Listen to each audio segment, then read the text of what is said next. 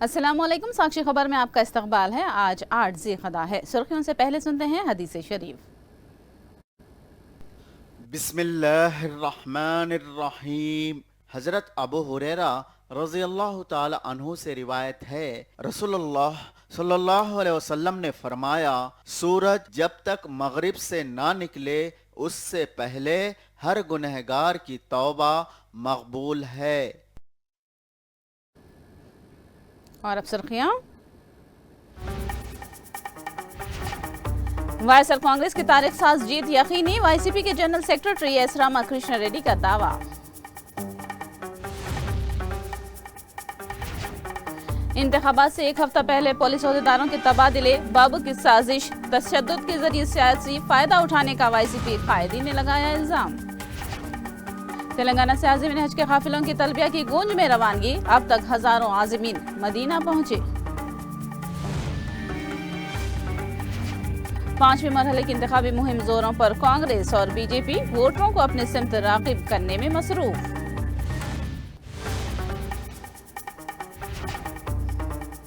और अब तफसील। वाईएसआर कांग्रेस पार्टी के जनरल सेक्रेटरी सज्जला रामाकृष्ण रेड्डी ने पूरे यकीन के साथ कहा कि वाईएसआर कांग्रेस पार्टी पिछले इलेक्शन के मुकाबले इस मरतबा असेंबली और लोकसभा की ज्यादा सीटें जीतेगी और तेलुगुदेशम, बीजेपी और जनसेना की साजिश नाकाम हो जाएगी। सज्जला ने इलेक्शन कमीशन से मुतालबा किया कि वो गैर जानिबदारी के साथ वोटों की गिनती के मरहले को मुकम्मल करें। ఏం చేశాడో ఇవే చెప్పాడు. ఇవి కంటిన్యూ కావాలా అనుకుంటే నన్ను దీవించండి అని అడిగాడు. ఈ థీమ్ బలంగా కంటిన్యూస్ జనంలోకి వెళ్తూ వచ్చింది.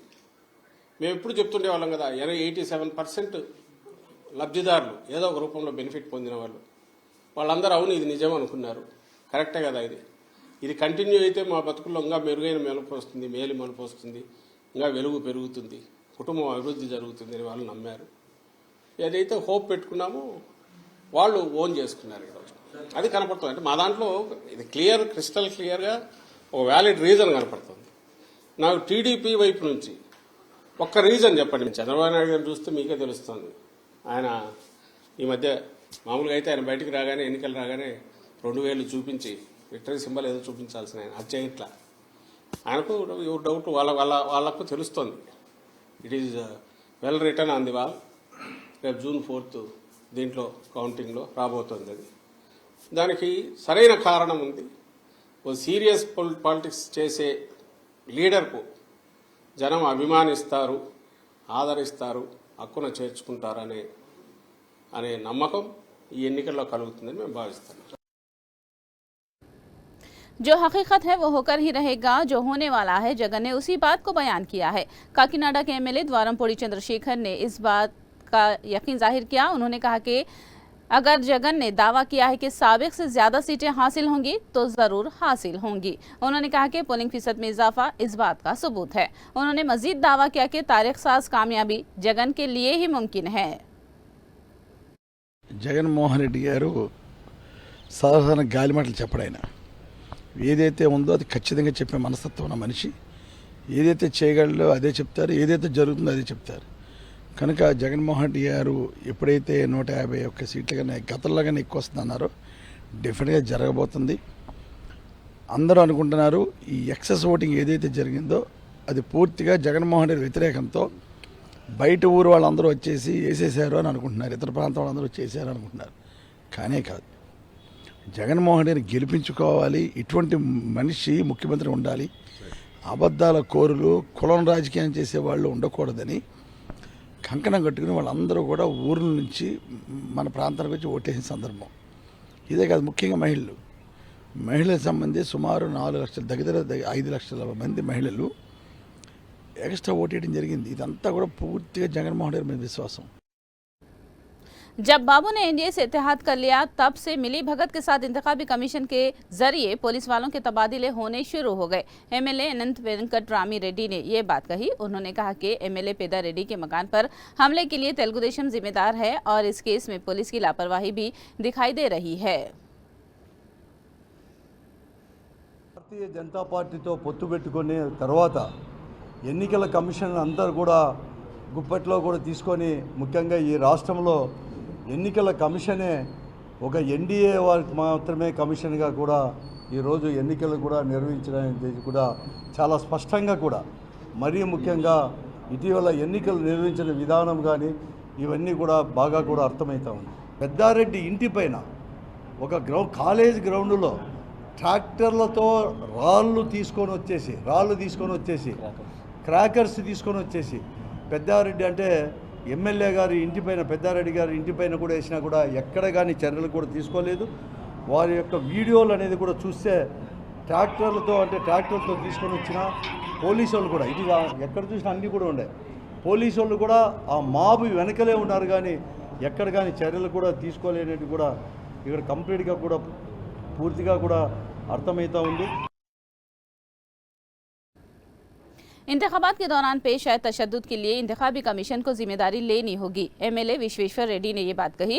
उन्होंने कहा कि इंतखाबात से ऐन क़ब्ल डीजीपी व दीगर ओहदेदारों के तबादले बीजेपी और तेलुगुदेशम के एमा पर किए गए।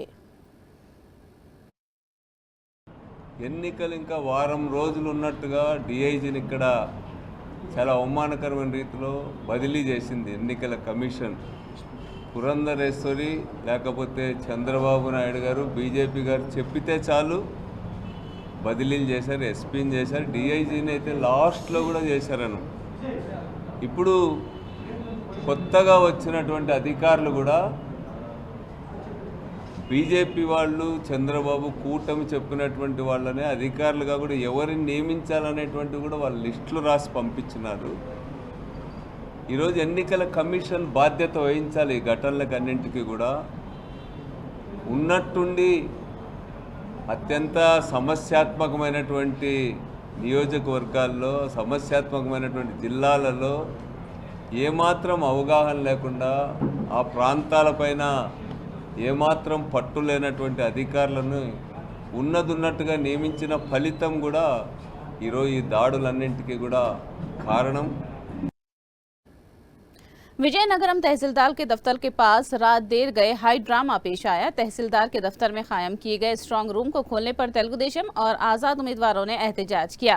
ज्वाइंट कलेक्टर कार्तिक ने बताया कि दीगर रियासतों से आए पोस्टल बैलेट्स को रखने के लिए स्ट्रांग रूम्स को खोला गया और तमाम उम्मीदवारों के पोलिंग एजेंटों को फोन करके इतला भी कर दी गई है। उन्होंने बताया कि तमाम उमूर शफाफ तरीके से अंजाम दिए गए हैं और पूरे अमल की वीडियोग्राफी सीसी कैमरे मौजूद थे और मरकजी फौजियों की मौजूदगी में सब कुछ किया गया। తహసీల్దార్ ఆఫీస్ విజయనగరంలో 3 గంటలకు పోస్టల్ బ్యాలెట్ స్ట్రాంగ్ రూమ్ అనేది in the presence of videographer proper videography చేస్తూ పోలీస్ గార్డ్ సమక్షంలో అసిస్టెంట్ రిటర్నింగ్ ఆఫీసర్ విజయనగరం ఇవాళ 3 o'clockకి 3 pmకి పోస్టల్ బ్యాలెట్ స్ట్రాంగ్ రూమ్ అనేది ఓపెన్ చేయడం జరిగిందండి. దీని గురించి కంటెస్టింగ్ క్యాండిడేట్స్ అండ్ వాళ్ళ ఏజెంట్స్కి కూడా ఇన్ఫామ్ చేయడం జరిగింది. డ్యూలీ ఓరల్లీ కూడా మరొక్కసారి క్యాండిడేట్స్ అండ్ ఏజెంట్స్కి కూడా ఓరల్లీ త్రూ ఫోన్ కాల్ ద్వారా కూడా ఇన్ఫామ్ చేయడం జరిగింది. పోస్టల్ బ్యాలెట్ స్ట్రాంగ్ రూము ఇవాళ 3 గంటలకు ఓపెన్ చేస్తున్నట్లు ఇన్ఫామ్ చేయడం జరిగిందండి. అయితే ఒక కంప్లైంట్ అనేది వస్తుంది postal ballot strong room inform చేయలేదు అని. సో దాని గురించి క్లారిటీ ఇవ్వడానికే ఈ ప్రెస్ బ్రీఫింగ్ అనేది పెడుతున్నామండి. సో 3 o'clockకి ఈరోజు postal ballot strong room open చేస్తున్నట్లు ప్రాపర్ వీడియోగ్రఫీ కూడా క్యాప్చర్ చేశాము. అదేవిధంగా పోలీస్ గార్డ్ సమక్షంలో చేశాము and assistant returning officer Vizianagaram ఆ పోస్టల్ బ్యాలెట్ స్ట్రాంగ్ రూమ్ అనేది ఓపెన్ చేశారు. అండ్ ఇదంతా కూడా లాగ్ బుక్ ఎంట్రీ రిజిస్టర్లో కూడా నమోదు చేయడం జరిగిందండి.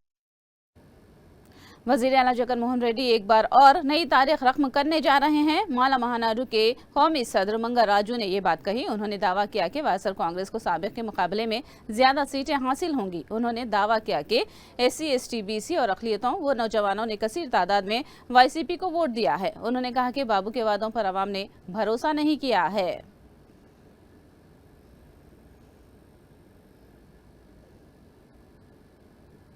చంద్రబాబు నాయుడు 14 నుంచి 2014లో ఎన్నికల్లో హామీలు ఇచ్చాడు. 2019 వరకు కూడా ఎంజాయ్ చేసి తన కులానికి సహాయం చేశాడు తప్ప అది SC ST BC మైనార్టీకి సహాయం చేయలేదు. కానీ జగన్మోహన్ రెడ్డి గారు అధికారంలోకి వచ్చిన తర్వాత 100% హామీలు నిలబెట్టి నేను సిద్ధం అని చెప్పి ప్రజల్లోకి వెళ్తే ప్రజలందరూ కూడా స్వాగతించారు.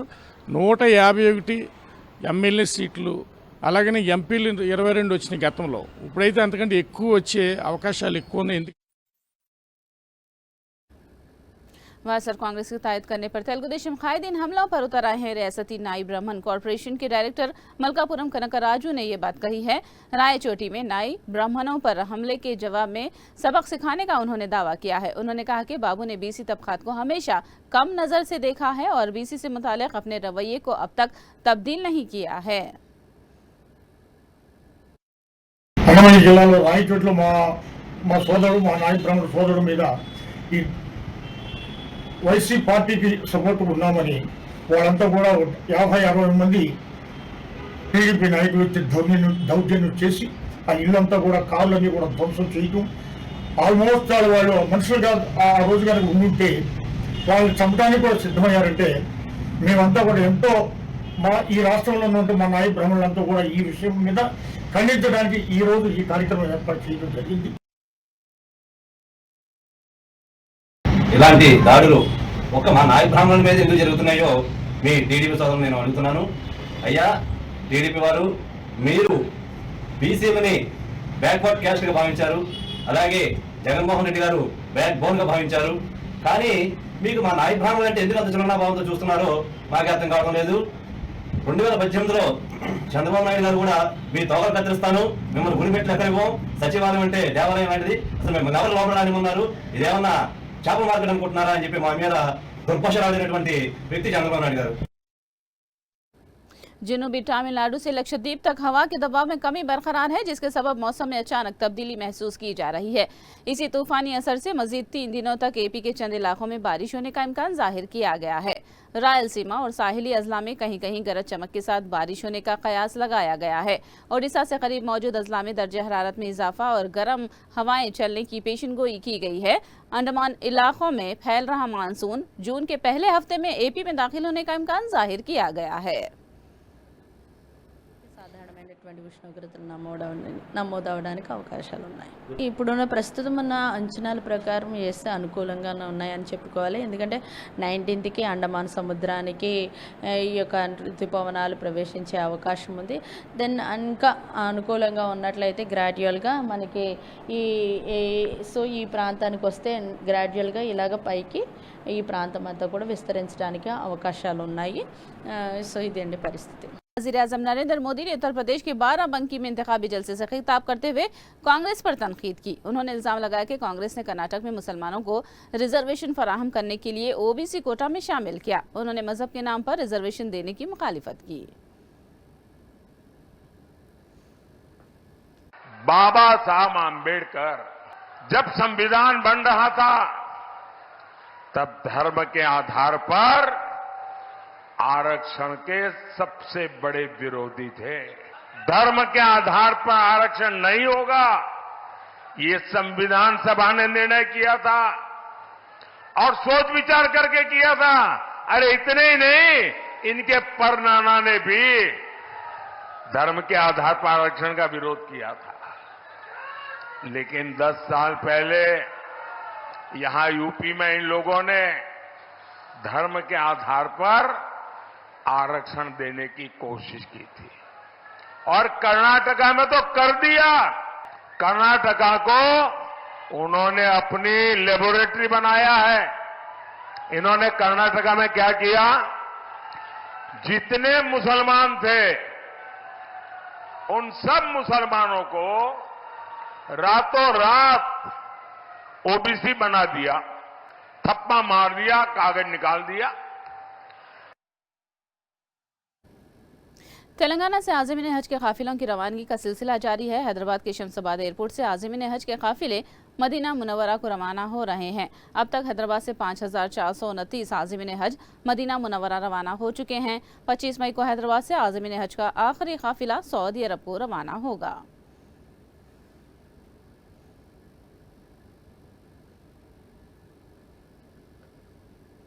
मौलाना जाफर पाशा ने बस को झंडे दिखाने से पहले आज़मीन हज से खिताब किया और आज़मीन के लिए हज उमूर बयान किए और आज़मीन हज मुल्क व रियासत और मुसलमानों की बेहतरी और तरक्की के लिए दुआ की। लोग मेरे रसूल के दरबार में हाजिर हो रहे हैं। ऐ अल्लाह अपने रसूल की शफात इन्हें अता फरमा दीजिए। ऐ अल्लाह अपने रसूल सल्लल्लाहु अलैहि वसल्लम के दरबार में इनकी हाजिरी को कबूल फरमा लीजिए। ऐ अल्लाह जिस मकसद के लिए ये लोग यहाँ से सफर का अपना आगाज किए हैं, ऐ अल्लाह न सिर्फ हाजिरी कबूल फरमा बल्कि मीना में, अरफात में, मुज़दलिफा में और फिर अल्लाह तेरे घर में जब भी ये हाथ उठाए, जो भी दुआ मांगे, अल्लाह इनकी दुआओं को कबूल फरमा ले। अल्लाह आलम इस्लाम की हिफाजत फरमा, मुसलमानों की हिफाजत फरमा, कलमा गो की हिफाजत फरमा। अल्लाह हमारे गुनाहों को माफ फरमा, अल्लाह हमारे खताओं को माफ फरमा, अल्लाह हमारी लग़ज़िशों को माफ फरमा। अल्लाह जो कुछ हमने कहा है हम सबको अमल करने की तौफीक अता फरमा। अल्लाह हमसे ऐसा कोई काम न लेके जो मेरे रसूल नाराज हो जाए। अल्लाह अगर आप मेरे रसूल की शफाअत भी ना मिली तो हम कहाँ जाएंगे मेरे मौला। अल्लाह हमें अपने रसूल की शफाअत का मामला फरमा। अल्लाह अपने घर की ज़ियारत। अल्लाह हैदराबाद लोकसभा हल्के में पोलिंग के अख्तिताम के बाद बीजेपी उम्मीदवार माधवी लता महाराष्ट्र पहुंची हैं। माधवी लता महाराष्ट्र के उन लोकसभा हल्कों में इंतखाबी मुहिम में हिस्सा ले रही हैं जहां तेलुगु रियासतों तेलंगाना और आंध्र के वोटर्स पाए जाते हैं। लता ने मुंबई में मीडिया से बातचीत की। सच्चाई को लोगों के बीच में लेके आए और झूठ के ऊपर से पर्दाफाश कर दिया हमने। तो इसका शक्ति ही कुछ ऐसी होती है, तब जाके सारे लोग देश भर जानने लग गए कि असली मामला क्या है हमारे कॉन्स्टिट्यूंसी। उनको लगता है कि अब तक जो न्याय उनको नहीं मिला है, क्योंकि 2 साल ही हुए हैं महायुति को आकर, तो 2 साल के पहले से जो अन्याय उनसे होते आ रहा है, क्योंकि ब्रिटिश के समय से उन लोगों को बुलाकर यहाँ का मुंबई को बनाने में जो उनका हाथ था, उसका एक श्रेय नहीं दिया गया उन लोगों को। लेकिन अभी उनको हिम्मत आ गया है कि यहाँ के तेलुगु लोगों को भी इतना ही प्यार मिलेगा। यहाँ पर जिनको आवास नहीं है उनको आवास भी मिल जाएगा, बेरोजगारी के लिए नौकरियाँ भी मिलेंगे, और उनको अब एक नया हिम्मत मिल गया है कि एनडीए के तहत महायुति और भाजपा का जो अभी गठबंधन है, उसमें सारे तेलुगु प्रजा को हिम्मत आ गई है कि उनको आगे बढ़कर हर प्रकार का सुविधाएं उनको दिया जाएगा। जनूब मुंबई लोकसभा हल्के से बीएसपी उम्मीदवार शकीब खतीब ने एक भी मुस्लिम लीडर को लोकसभा का टिकट न देने पर महाविकास अखाड़ी को शदीद तनकीद का निशाना बनाया है। शकीब ने कांग्रेस समेत सेक्युलर जमातों की अक़लियतों से मुताल्लिक़ किए गए दावों को खोखले करार दिया। महाराष्ट्र की 48 लोकसभा सीटों में से कांग्रेस के ज़ेर क़ियादत महाविकास अखाड़ी ने एक भी उम्मीदवार को टिकट नहीं दिया है। इलेक्शन जो हम लड़ रहे हैं एक फ़िक्र के साथ में, एक गम के साथ में, कहीं ना कहीं माइनॉरिटी को जो है यहाँ से इग्नोर किया गया था। उस बुनियाद को देखते हुए, क्योंकि 48 सीट में जो है किसी को भी जो है एक माइनॉरिटी, एक मुसलमान सीट को नहीं दिया गया। बीएसपी ने जो है हमारे को टिकट दिया जिसके ऊपर हम यहाँ से लड़ रहे हैं। लेकिन इलेक्शन जैसा जैसा आगे बढ़ रहा है, जिस तरीके से आगे बढ़ रहा है, तो एक चीज़ का बहुत दुख और एक गम और एक एहसास होते जा रहा है कि आज जो सेकुलर बने फिर रहे या जो सेकुलर है, उन सेकुलर लोगों की सद्भावना या इतने सेकुलरिज्म कैसा आ गया। मैं उदय ठाकरे से हमारा कोई लेना देना नहीं है। असल चीज़ तो ये है कि मैं मुसलमानों से सवाल करना चाहता हूँ। हमारे तमाम उलमा इकराम एक सवाल लेकर खड़े हुए हैं कि आज ये चीज़ें जो है कि आप 92-93 जो बाबरी मस्जिद को शहादत किया गया, बाबरी मस्जिद की शहादत को हम किस तरीके से भूल गए। बाबरी मस्जिद की शहादत जो है वो आज 1400 साल में जितना बड़ा अलमिया ये हुआ है, आज हिंदुस्तान के अंदर इससे बड़ा अलमिया कोई नहीं है। दिल्ली शुमाल मशरक़ी लोकसभा से कांग्रेस उम्मीदवार कन्हैया कुमार ने अपने लोकसभा हल्के में घर घर पहुंचकर वोटरों से मुलाकात की और कांग्रेस को कामयाब बनाने की अपील की। कन्हैया कुमार ने कहा कि मोदी हुकूमत ने अवाम की फलाह व बहबूद के लिए कुछ भी नहीं किया है और अवाम के लिए कुछ न करने वालों को गद्दी छोड़ना पड़ेगा।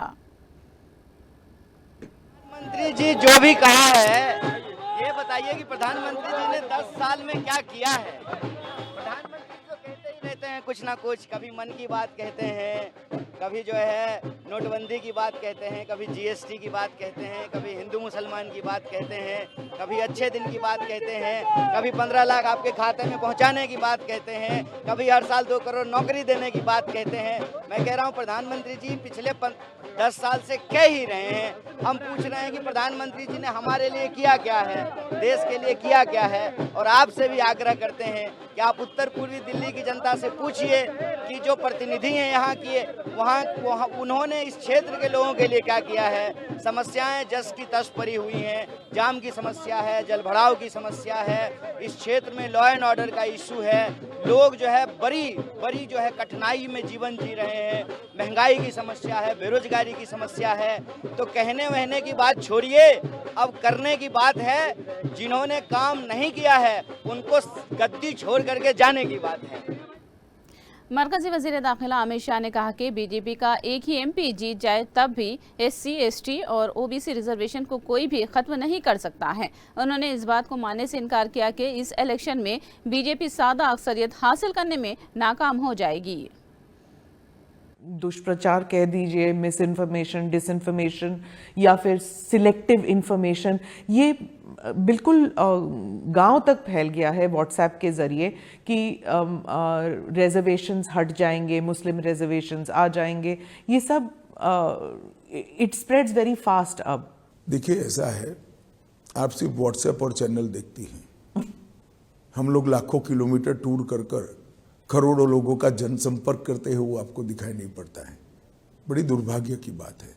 हमने इस बात को पूरी तरह से मजबूती के साथ स्पष्ट किया है। मैं आज आपकी चैनल के माध्यम से भी कर रहा हूं। जब तक भाजपा का एक भी सांसद है इस देश में से SC, ST, OBC के रिजर्वेशन को कोई हाथ नहीं लगा सकता, और नरेंद्र मोदी से बड़ा SC, ST, OBC रिजर्वेशन का कोई समर्थक नहीं है। अगर 4 जून को 272 पार नहीं करते आप, तब मैं ऐसी संभावना नहीं देखता।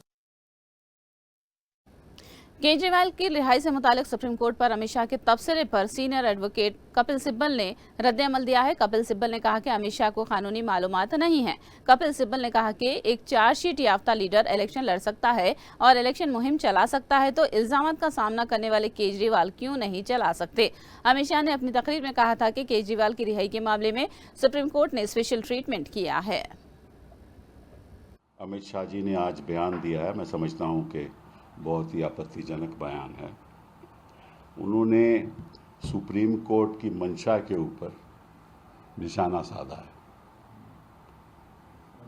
उन्होंने कहा है कि कई लोग ये कहते हैं कि ये जो केजरीवाल जी को अंतरिम बेल मिली है, ये एक स्पेशल ट्रीटमेंट है जुडिशरी का, में खास उनके लिए किया गया है। इसका ये मतलब हुआ, मतलब कि सुप्रीम कोर्ट के जजेस की मंशा के ऊपर आपने निशाना साधा। को सजा हो, वो नॉमिनेशन पेपर फाइल करके इलेक्ट भी हो सकता है। एक जो चार्जशीटेड हो, वो प्रचार करके नॉमिनेशन करके पेपर फाइल करके इलेक्ट हो सकता है, और जिसके खिलाफ केवल आरोप हों वो प्रचार नहीं कर सकता।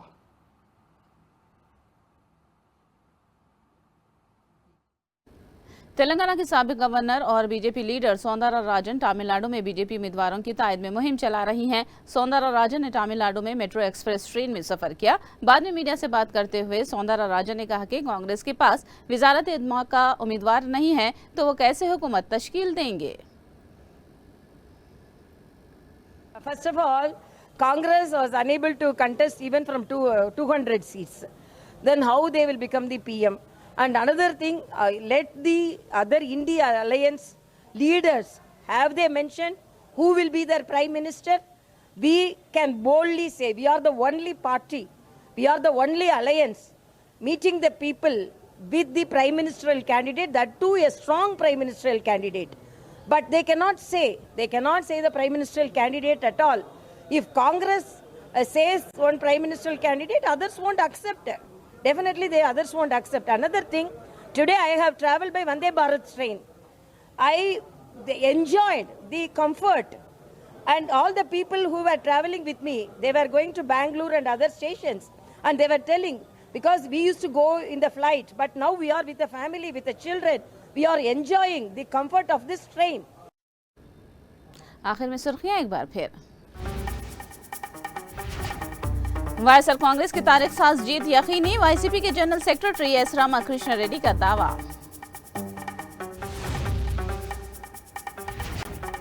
इंतखाबात से एक हफ्ता पहले पुलिस ओहदेदारों के तबादले, बाबू की साजिश, तशद्दुद के जरिए सियासी फायदा उठाने का वाईसीपी कायदीन ने लगाया इल्जाम।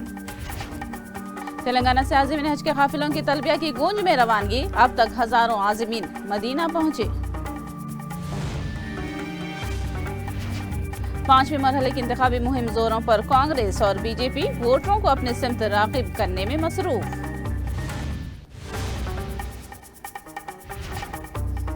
साक्षी खबर में फिलहाल इतना ही। साक्षी टीवी पर खबरों का सिलसिला जारी रहेगा।